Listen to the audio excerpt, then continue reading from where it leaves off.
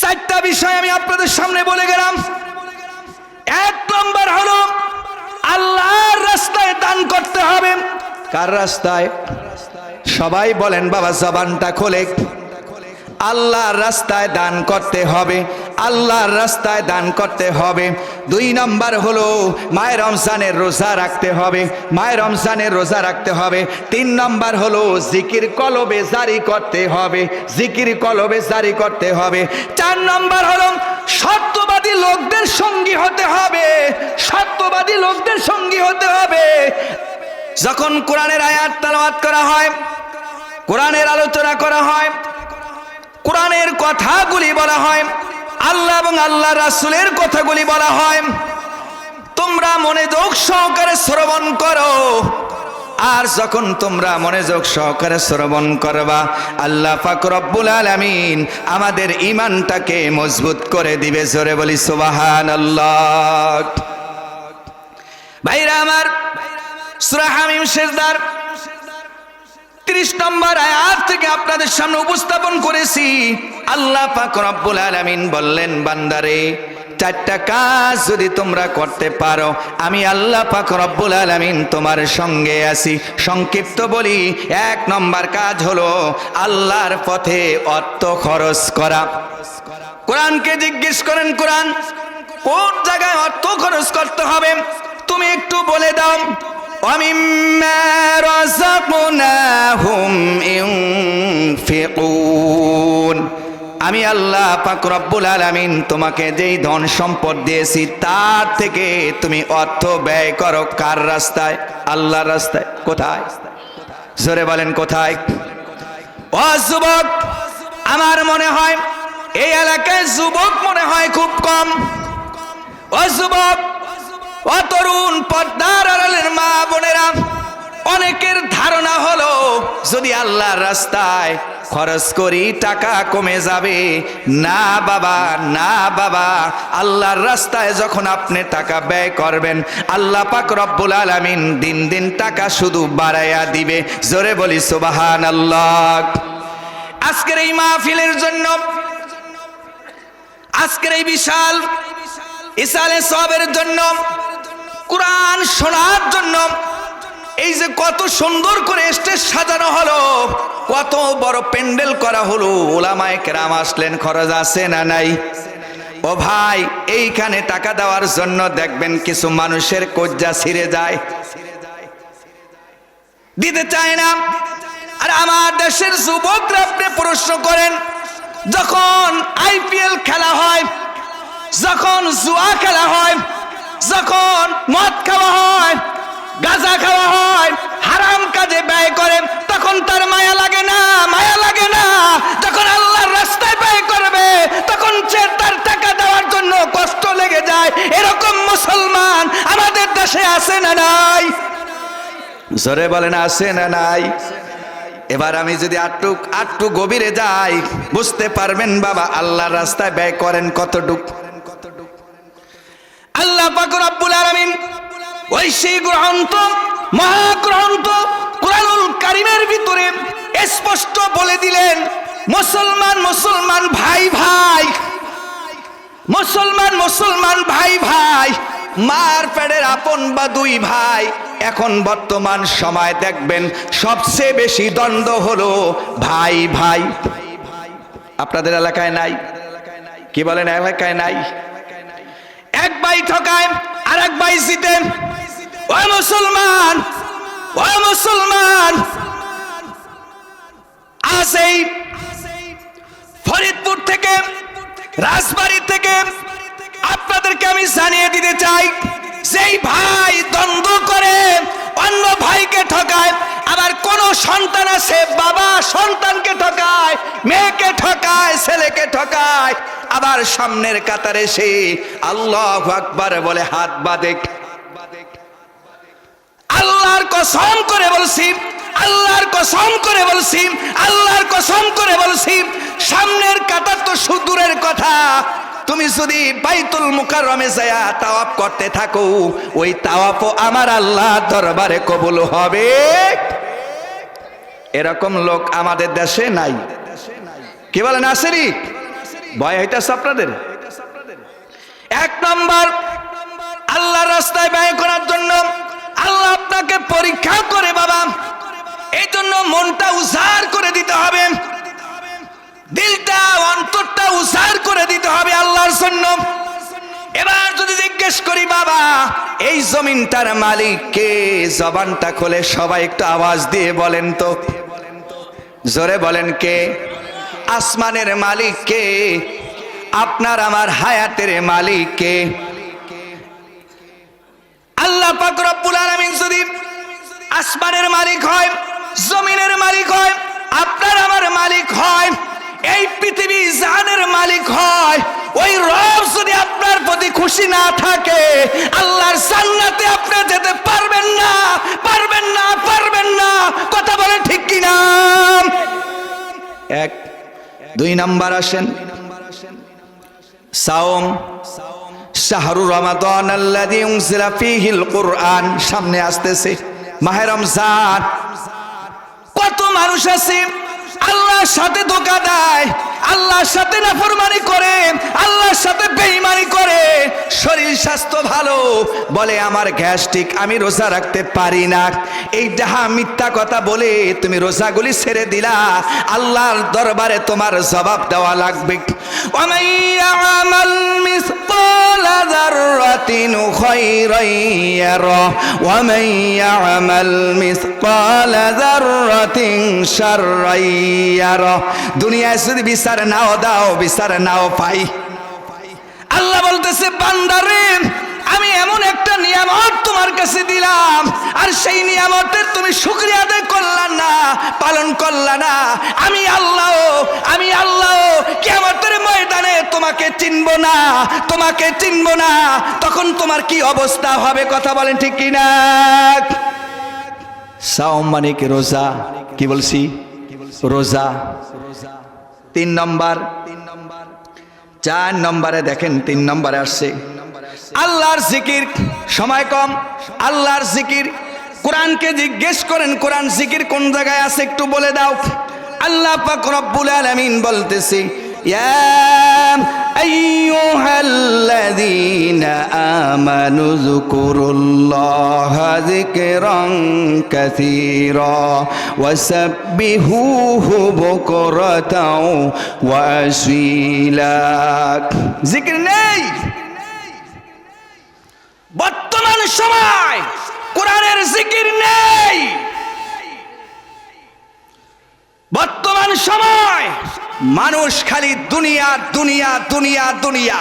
আমার মনে হয় এই দুনিয়া থেকে আমার আর যাওয়া লাগবে না, যেইভাবে দুনিয়ার দুনিয়া দুনিয়া।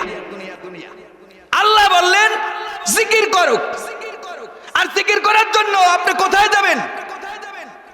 আল্লাহু ওয়ালিউল্লাযীনা আমানু ইখরিজুহুম মিনাজ যুলুমাতি ইলান নূর। যখন আপনি ঈমান আনবেন, ঈমান আনার পরে আল্লাহ পাক রব্বুল আলামিন আমাদের অভিভাবক হয়ে যাবে। সুবহানাল্লাহ, জোরে বলি সুবহানাল্লাহ। একটা স্লোগান দেই, যেহেতু আজকের মাহফিলের আমাদের রাজবাড়ির সৌভাগ্য, ওই মুসলমান আজকে আল্লাহর ওলি এখানে এসেছে। আর যদি আমি বাসায় ঘুমিয়ে থাকি, কোরআনের শপথ করে বলতে পারি আমার ঘুম আজকের জন্য জায়েজ হবে না। আল্লাহর ওলিরে রেখে আর আমি আরামে ঘুম আসবা, বেহেশতের বাগান রেখে ঘুম আসবা, কোরআনের মাহফিল রেখে ঘুম আসবা। অথচ দেখবেন এই লোকটাই দেখবেন দোকান পাড়ে যায় আড্ডা করে। মাহফিল দিছে তার আসতে কষ্ট হয়। যেখানে ওলি আল্লাহ, যেখানে নারে তাকবীর। বলতেছিলাম জিকির, বলতেছিলাম কি জিকির। জিকির ছাড়াই কলব কখনো পরিষ্কার হবে না। আমাদের দেশে বর্তমান সময় সেই জিকিরও কি নেই। যার কাছে জিকির নিবেন, যার কাছ থেকে শিখবেন, যার কাছ থেকে আদায় করবেন জিকির, আমরাই তো আলেম ওলামা এখন বসতে চাই না। ভাইরা আমার, যখন আপনি লা ইলাহা ইল্লাল্লাহু মুহাম্মাদুর রাসূলুল্লাহ সাল্লাল্লাহু আলাইহি ওয়াসাল্লাম হুজুর কিছুক্ষণ আগে বলে গেলেন। আমি আপনাকে ধারণা দিতে চাই বাবা, আল্লাহর নবী রাহমাতাল লিল আলামিন আল্লাহ পাক রব্বুল আলামিন বললেন, যখন তুমি নামাজে দাঁড়াও মেম্বারের উপরের দিকে তাকায় দেখবা লা ইলাহা ইল্লাল্লাহু মুহাম্মাদুর রাসূলুল্লাহ সাল্লাল্লাহু আলাইহি ওয়াসাল্লাম। আল্লাহ পাক রব্বুল আলামিন মুহাম্মাদের নাম লিখতে 12টা অক্ষর, আল্লাহ পাক রব্বুল আলামিনের নাম লিখতে 12টা অক্ষর। আজকে যা মিলাইবেন দেখবেন ঠিক হয় কিনা।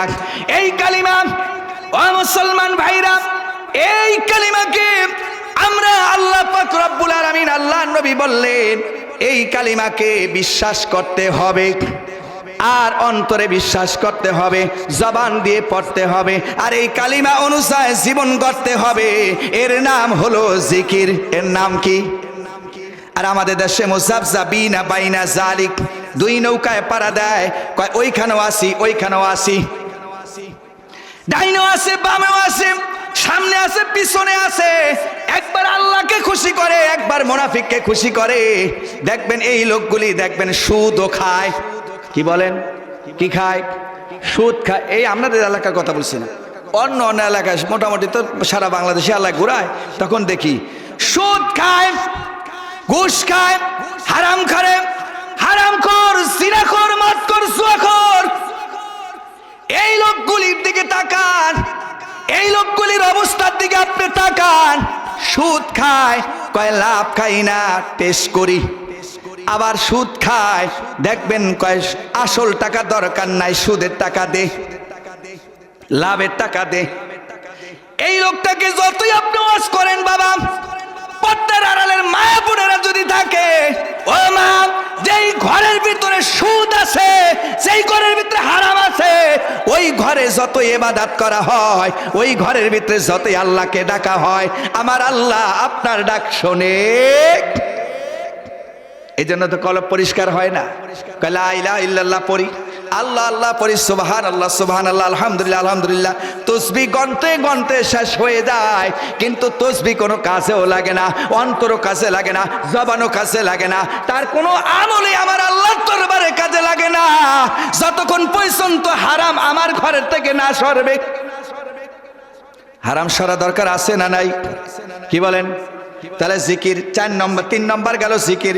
5 নম্বর আছেন, 5 নম্বরে আল্লাহ পাক রব্বুল আলামিন বলেছেন, ইয়া আইয়ুহাল্লাযীনা আমানু তাকুল্লাহা ওয়া কুনু মাস-সাদিকিন। হে ঈমানদারগণ, তোমরা আল্লাহকে ভয় করো। হে ঈমানদারগণ, তোমরা আল্লাহকে ভয় করো। হে ঈমানদারগণ, তোমরা আল্লাহকে ভয় করো, সত্যবাদী লোকদের সঙ্গী হও। এই কথাটা বলেছে কে? এতগুলি লোক আওয়াজ দিবেন, মনে হয় বুকটা ভরে যাবে। বলেন তো, এই যে ঘোষণা আল্লাহ দিলেন সূরা তাওবার 119 নম্বর আয়াতে, সত্যবাদী লোকদের ভালোবাসেন কে? বুকে হাত দিয়ে বলুন তো বাবা।